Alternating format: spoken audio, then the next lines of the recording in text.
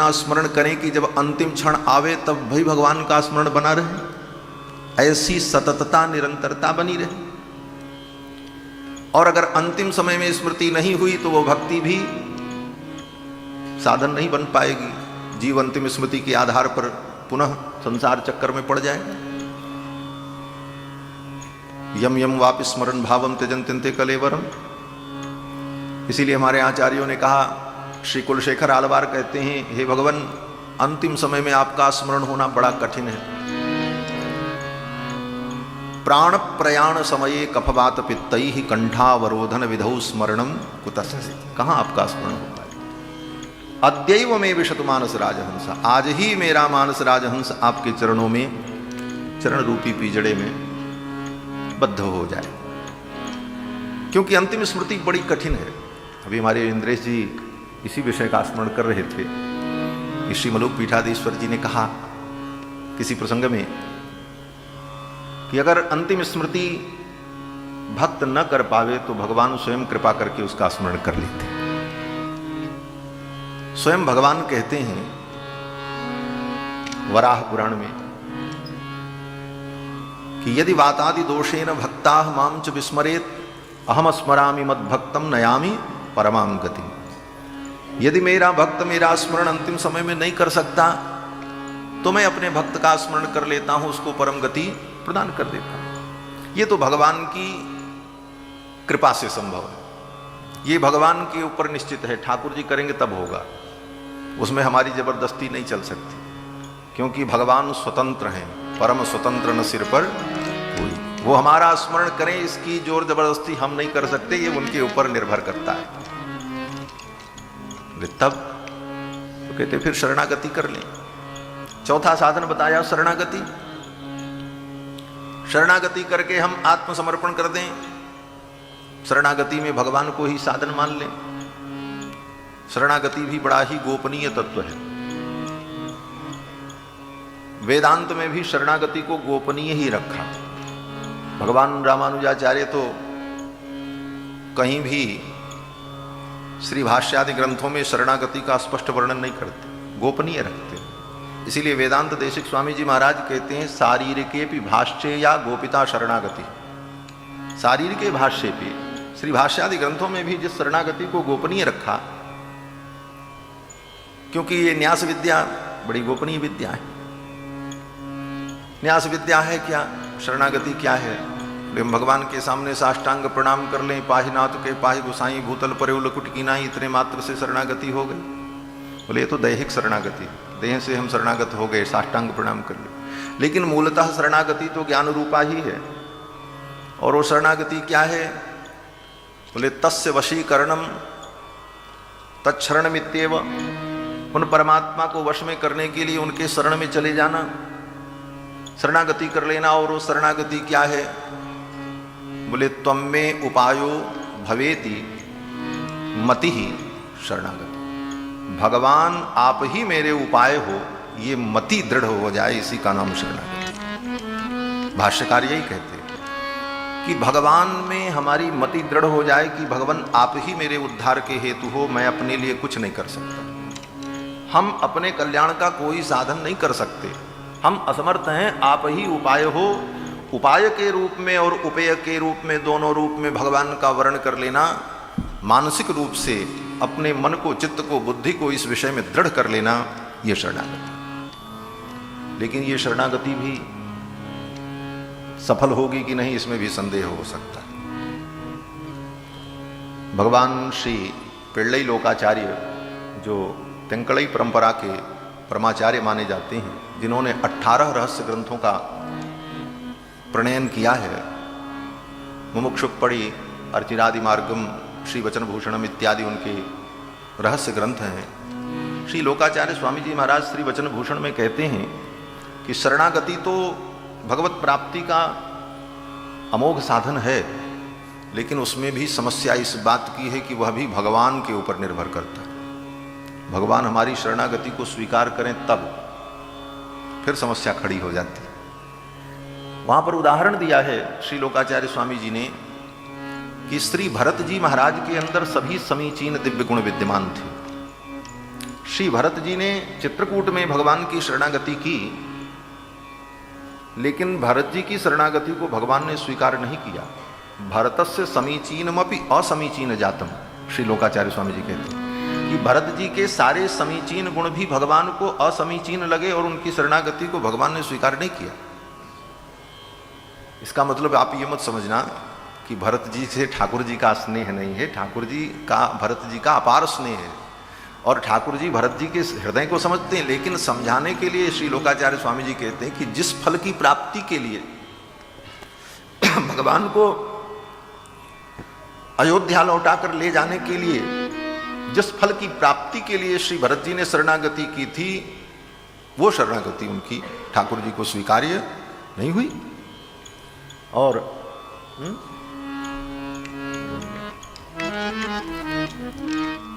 और वहीं पर निषाद राज गुह की शरणागति को भगवान ने स्वीकार किया। निषाद राज गुह के सारे गुण असमीचीन थे और उनके असमीचीन गुण के होते हुए भी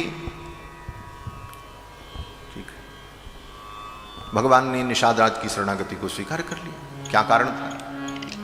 तो श्री लोकाचार्य स्वामी जी कहते हैं भगवान की इच्छा थी, उनको कौन रोक सकता है? ठाकुर सर्वसमर्थ। कहते हैं तब क्या करें भाई, शरणागति को परम साधन तो कहा। शरणागति इतना सरल उपाय भी है, कुछ करना ही नहीं है, सब कुछ न करना ही शरणागति है। हाँ, दूसरे शब्दों में कहा जाए तो कुछ करेंगे तभी तो शरणागति नहीं होती। कुछ न करें, ठाकुर के ऊपर सब छोड़ दें, इसी का नाम शरणागति। इतना सरल साधन। लेकिन इसमें समस्या एक बात है कि विश्वास होना चाहिए,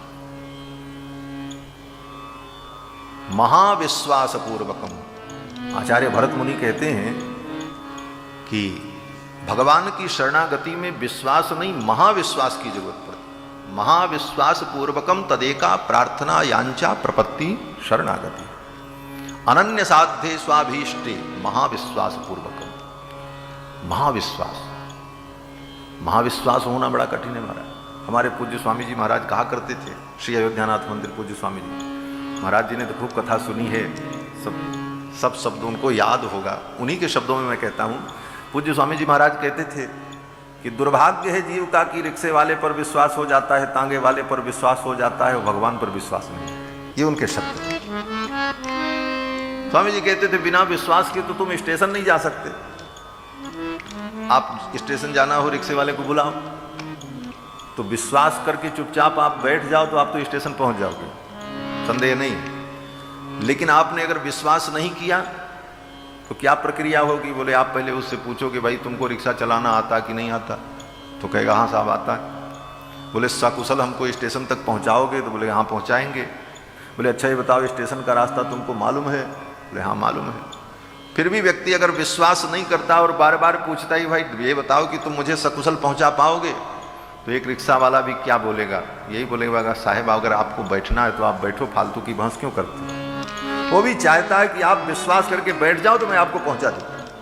आप नहीं विश्वास करोगे तो रिक्शा वाला कहेगा ठीक है महाराज जाओ, हमको कोई गर्ज थोड़ी गई। तो बिना विश्वास के तो हम स्टेशन भी नहीं पहुंच सकते, वैकुंठ पहुंचना तो बहुत दूर की बात है। महाविश्वास पूर्वकम, महाविश्वास शरणागति में हो जाए बड़ा कठिन है महाराज।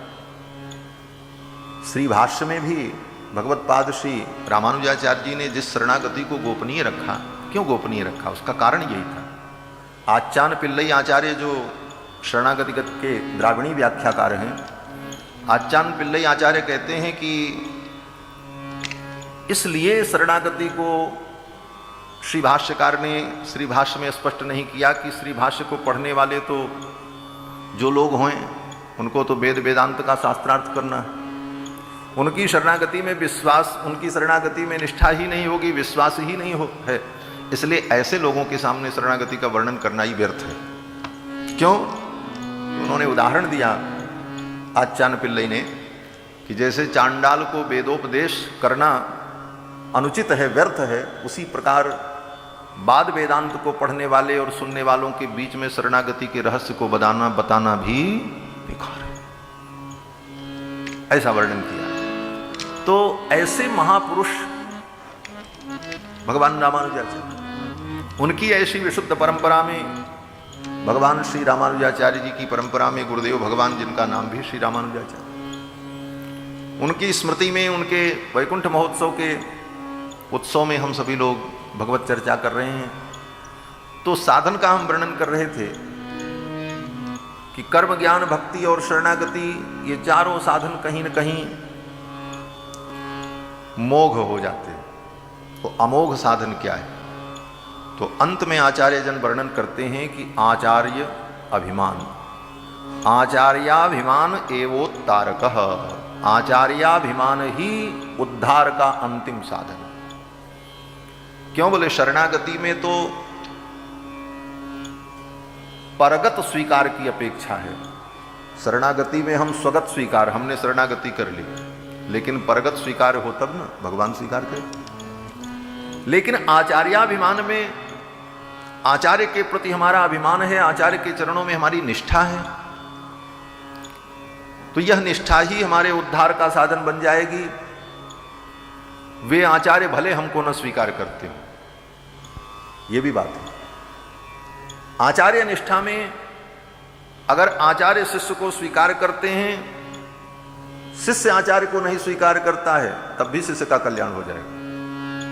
और शिष्य आचार्य को स्वीकार करता है, लेकिन आचार्य उस शिष्य को स्वीकार नहीं करते, तब भी उसका कल्याण हो जाएगा। ऐसा वर्णन किया है। किसी भी प्रकार से यहां परगत स्वीकार की अपेक्षा नहीं होती। शिष्य अगर आचार्य को आचार्य मानता है, भले वो आचार्य उसका तिरस्कार ही करते हों, उसके दुर्गुणों को देख करके उसकी अवहेलना भी करते हों, उस पर कृपा न बरसाते हों, फिर भी आचार्य निष्ठा अगर उसकी दृढ़ है तो उसे भगवत प्राप्ति है। इसीलिए आचार्यों ने कहा कि आचार्याभिमान एवोत्तारकः, आचार्याभिमान ही जीव के उद्धार का परम साधन। इसीलिए आप देखो आलवंदार स्तोत्र, जो कि संपूर्ण विशिष्टाद्वैत सिद्धांत का सारभूत स्तोत्र है, आलवंदार स्तोत्र। उसी स्तोत्र में गुंफित रहस्यों को सुनकर पढ़ करके भगवत पाद श्री रामानुजाचार्य जी ने इतने बड़े सिद्धांत की स्थापना। सारा सिद्धांत का मूल सूत्र वहीं से लिया। उस आलवंदार स्तोत्र में भगवान की बड़ी सुंदर स्तुति की श्री यामुनाचार्य स्वामी जी ने भगवान का स्तवन किया। शरणागति की, न धर्मनिष्ठोस्मिन् चात्मवेदी न भक्तिमास्त्वच्चरणारविंदे। लेकिन शरणागति करने के बाद भी यामुनाचार्य स्वामी जी सोचते हैं शरणागति ठाकुर ने हमारी स्वीकार नहीं की, तब क्या होगा? तब अंत में आचार्याभिमान जो अंतिम साधन है, इस साधन का चिंतन करते हुए श्री यामुनाचार्य स्वामी जी महाराज कहते हैं, अकृत्रिमत्वच्चरणारविंद प्रेम प्रकर्षामधिमात्मवंतम पितामहम नाथ मुनिम विलोक्य प्रसीद मद्वृत्तम चिंतयित्वा। ये आचार्याभिमान है।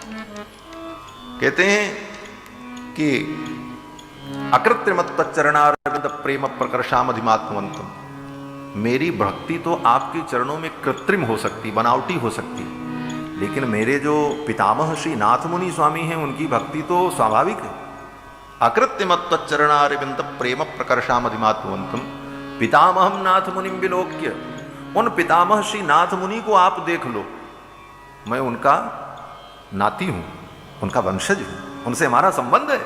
पितामहम नाथ मुनिम विलोक्य प्रसीद मद्वृत्तम चिंतयित्वा। मेरे वृत्त का आप चिंतन मत करो, मैं कितना पतित हूं, कितना नीच हूं, लेकिन हमारे पितामह जो थे वो इतने बड़े महापुरुष थे, उनकी भक्ति आपके चरणों में अगाध थी, उनका हमारा संबंध है, इस संबंध से आप हमें स्वीकार करें। ये आचार्य है। पितामहम नाथ मुनिम विलोक्य प्रसीद मद्वृत्तम चिंतयित्वा। इस प्रकार अनुसंधान करके तब अपनी वाणी को विराम दिया है स्वस्तोत्र में। अंतिम उपाय आचार्याभिमान। तो आचार्य संबंध, आचार्यों से हमारा संबंध, उन आचार्यों के प्रति निष्ठा, यह जीव के कल्याण का सर्वोत्तम साधन। और उसी आचार्य निष्ठा का ये परिणाम पूज्य आचार्य चरण की स्मृति में, ठाकुर जी के सानिध्य में, इन महापुरुषों के सानिध्य में ये महोत्सव प्रतिवर्ष मनाया जाता है।